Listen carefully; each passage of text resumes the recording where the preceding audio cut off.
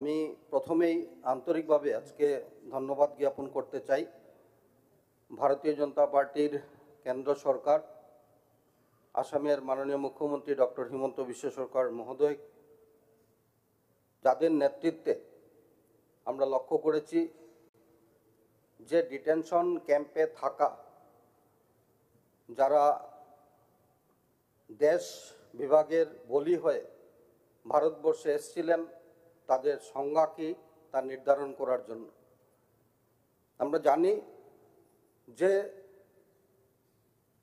কংগ্রেস সরকারের সময় অর্থাৎ 2008 ইংরেজিতে এই ডিটেনশন ক্যাম্পের কথা উল্লেখ করা হয়েছে। ডিটেনশন ক্যাম্প সেখান থেকে শুরু হয়েছে, সেটা ভারতীয় জনতা পার্টির সরকারের নয়।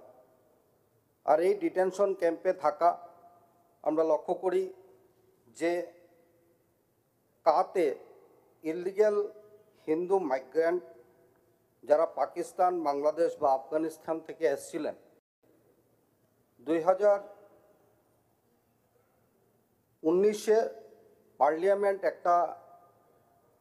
পার্লামেন্ট যে সিদ্ধান্ত নেই সেই সিদ্ধান্ত অনুযায়ী আমরা লক্ষ্য করেছি যে 31 ডিসেম্বর 2014 ইংরেজির আগে আসা হিন্দু, শিখ বা বৌদ্ধ, জৈন, খ্রিস্টান তাদেরকে অন্ততপক্ষে এই দেশ বিভাগের বলি হয়ে আসা তাদেরকে আর অনুপ্রবেশকারী বলা যাবে না।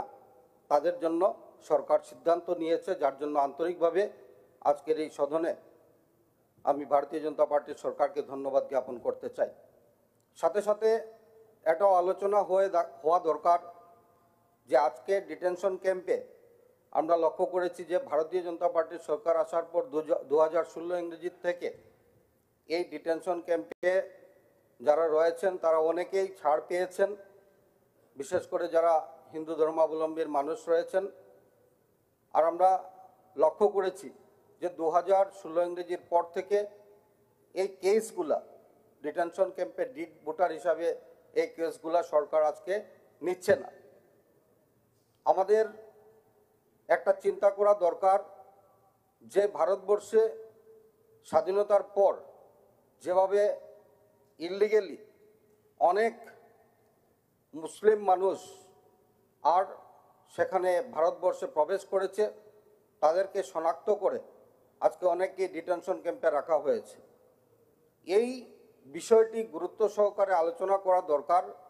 আর আমার মনে হয় যে এই পার্লামেন্টে যে বিলটা পাস হয়েছে 2019 ইংরেজিতে, তাকে গুরুত্ব দিয়ে আজকে এই বাংলাদেশ থেকে আসা হিন্দু, শিখ, বৌদ্ধ, খ্রিস্টান, জৈন যারা এসছেন তাদেরকে অন্ততপক্ষে মুক্তি দেওয়া হোক আর তাদের জন্য একটা বিহিত ব্যবস্থা করা দরকার।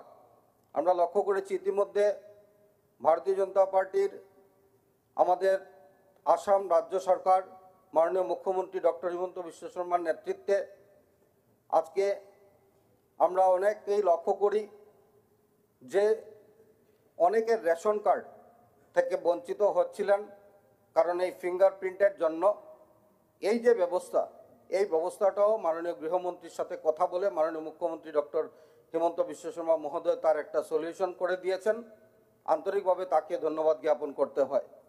আর অন্ততপক্ষে এটা প্রয়োজন যে আজকে আমরা এটা বিশ্লেষণ করা দরকার ডিটেনশন ক্যাম্পের কারা রয়েছেন, প্রকৃত যারা ভারতীয় নাগরিকরা রয়েছেন তাদেরকে মুক্তি দিয়ে আর যারা আমাদের দেশের না তাদের জন্য সরকারি যে টাকা পয়সা খরচা হচ্ছে তাদের জন্য একটা উপযুক্ত ব্যবস্থা, বিহিত ব্যবস্থা যাতে তাদেরকে পুশব্যাক করা যায়, তার জন্য সরকার যাতে বিহিত ব্যবস্থা করতে পারে, যার জন্য আজকে আমি অনুরোধ রাখছি।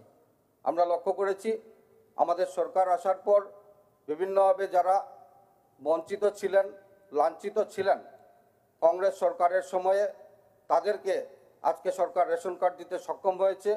আজকে তাদেরকে অনেককেই অরুণোদয় কার্ড দিতে সক্ষম হয়েছে। যাদের আয়ুষ্মান ভারত থেকে বঞ্চিত ছিলেন তাদেরকে আয়ুষ্মান ভারত কার্ড দেওয়া সম্ভব হয়েছে। তাই আজকে এই বিষয় উত্থাপন করার জন্য আমি আমিনুল ইসলামকে ধন্যবাদ জ্ঞাপন করছি।